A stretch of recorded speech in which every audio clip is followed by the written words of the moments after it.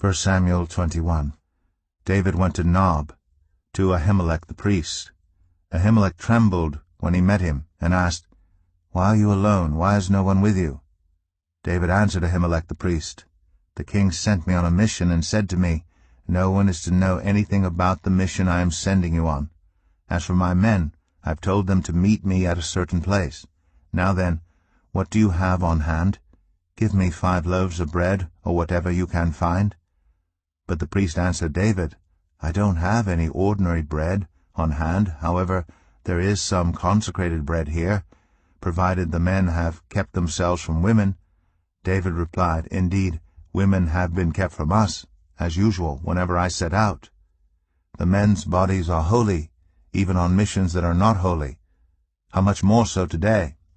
So the priest gave him the consecrated bread, since there was no bread there except the bread of the presence that had been removed from before the Lord and replaced by hot bread on the day it was taken away.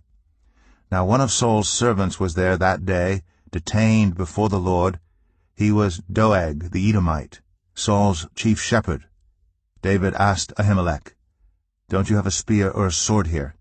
'I haven't brought my sword or any other weapon because the king's mission was urgent.' The priest replied, 'The sword of Goliath the Philistine, whom you killed in the valley of Elah, is here. It is wrapped in a cloth behind the ephod. If you want it, take it. There is no sword here but that one.' David said, 'There is none like it. Give it to me.' That day David fled from Saul and went to Achish, king of Gath. But the servants of Achish said to him, 'Isn't this David, the king of the land? Isn't he the one they sing about in their dances? Saul has slain his thousands, and David his tens of thousands.' David took these words to heart and was very much afraid of Achish, king of Gath. So he pretended to be insane in their presence, and while he was in their hands he acted like a madman, making marks on the doors of the gate and letting saliva run down his beard. Achish said to his servants, 'Look at the man. He is insane. Why bring him to me? Am I so short of madmen that you have to bring this fellow here to carry on like this in front of me? Must this man come into my house